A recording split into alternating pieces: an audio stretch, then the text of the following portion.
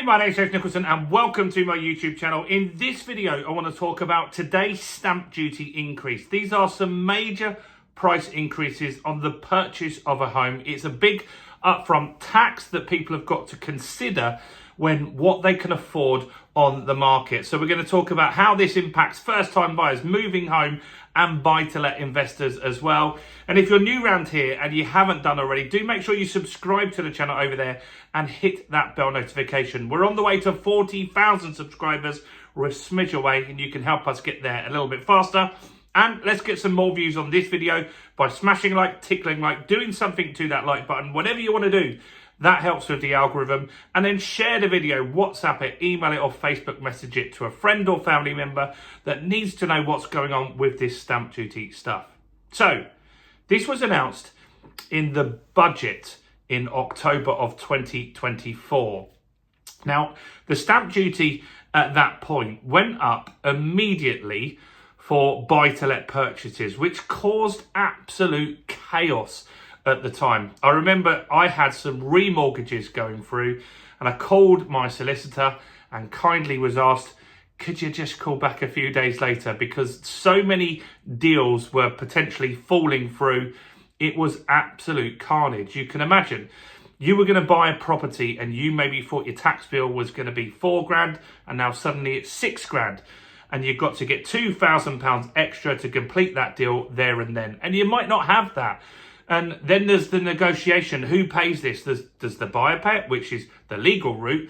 But then those buyers feel hard done by, so they want something back from the seller in order to do the completion and carry through the deal. So it was absolute carnage at the time.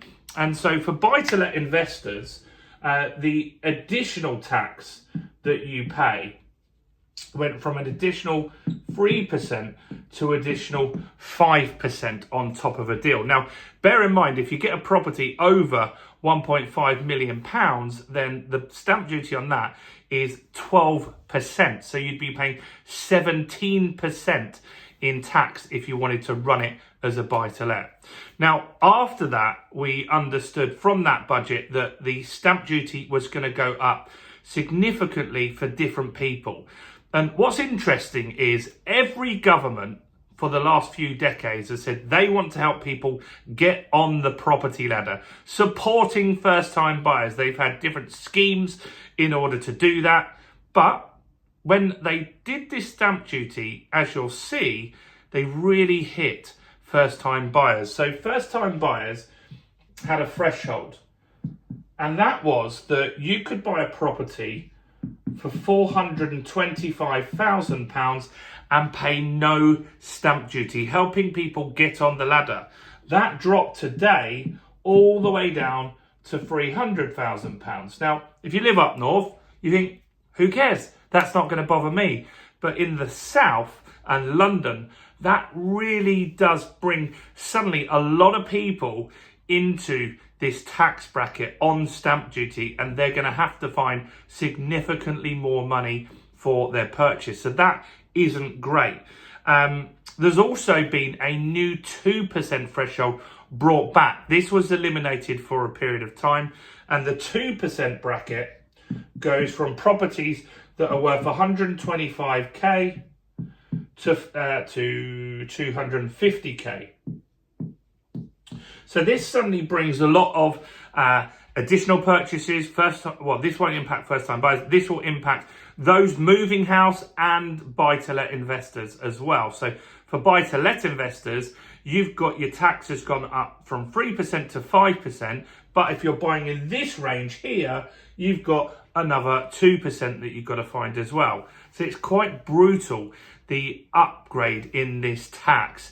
And it really is shocking that they've done this to first-time buyers, in my opinion. Let me know in the comments what you think about this. So let's look at some examples here on different prices, on what the expectations are for the stamp duty going forward. So these are the new figures.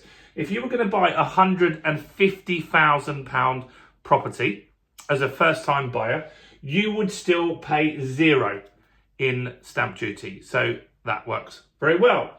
But if you were moving property, you would fall into the bracket now and you would have stamp duty, whereas you didn't have it before because it was up to 250 grand. It's now all the way down to 125 grand. So this one here, this is moving property. You would pay £500. Now that's not going to break the bank and probably not going to stop deals at that level.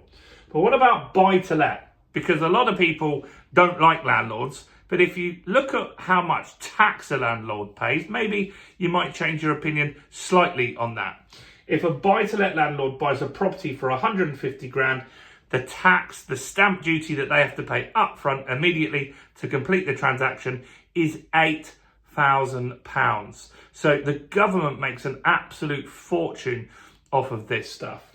Next, let's look at the £300,000 range. So this brings some more people into the level. It's not going to count the first time buyers because the first time buyers still don't pay up until 300, but it does count the people that are moving home and the buy-to-let investors again. So a £300,000 property, first time buyer will pay 0 stamp duty. Someone moving home though will pay £5,000. That's quite a big jump there. Let me give you how much a jump that is.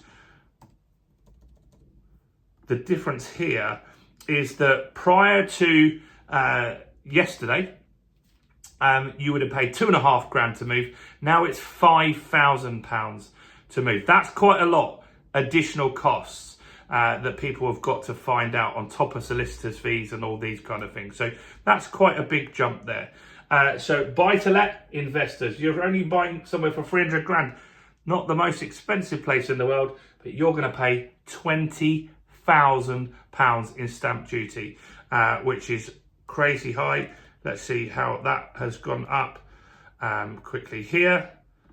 So that's gone up by 2,500. So 17.5 has gone up by another 2.5 grand. And that's already taking into account the fact that it went from 3% to 5% additional. So that makes a big, big difference. What about 550? A property for 550 here. This is where things really start to make a difference here. And so if you had a first-time buyer buying a property for 550, they will now pay £10,000 in stamp duty. That's going to hit a lot of London buyers. Initially, last month, yesterday, how much would they have paid then? They will pay, actually, I've got that number wrong, sorry. They're going to pay 17.5 grand. Apologies there. So that's wrong. They're going to pay on 550, 17.5 grand. Yesterday, they would have paid 6,250. That's a big, big difference there. Let's have a look at if they were moving home. How much would you pay on that? And how much would you have paid? It's at 15k, and it would have been 12.5. So that's a difference there. Buy to let, 40 grand. 40 grand for upfront tax. I mean, that, you think of someone that's earning 30 grand, which is the average salary, they probably pay about £3,000 tax a year. An investor is paying 40 grand in one fell swoop. So it's a big, big implication. So this stamp duty stuff, we were hoping in the spring statement they might extend it. They haven't. They're looking for revenue from all different sources. And this could slow down the market. So what's happened so far in the first quarter, because of these massive jumps, you've got 500,000 transactions that have already completed this year. That's a huge number. The next 9 months, we're only expecting another 500,000 transactions. So we're really slowing down the market because of this. Everyone wanted to get their deals done prior to that. Now, this could hit house prices for sure. You're going to get people, for example, if you're a first-time buyer, let's give you an example here. This could make a ceiling on prices. If you are a first-time buyer and you want to buy a property for 499,000, you'll pay £10,000 in tax. And if that property goes up to 5,001, then you'll pay £15,000 in tax. So there's going to be thresholds that will impact massively where people can afford, what people are willing to pay. I've used to work out these numbers a website called stampdutycalculator.org.uk if you want to go and check out the numbers as well. But look, in a nutshell, regardless of this, all that matters is this is going to be more expensive to buy a home. This does limit potentially what people are willing to pay. We've got a slower market with more properties listed. It will be really interesting to see how this does play out over the next few months. Let me know in the comments what you think will happen. Do smash like, do share the video, and check out all the other content as well on the channel, including this video right here.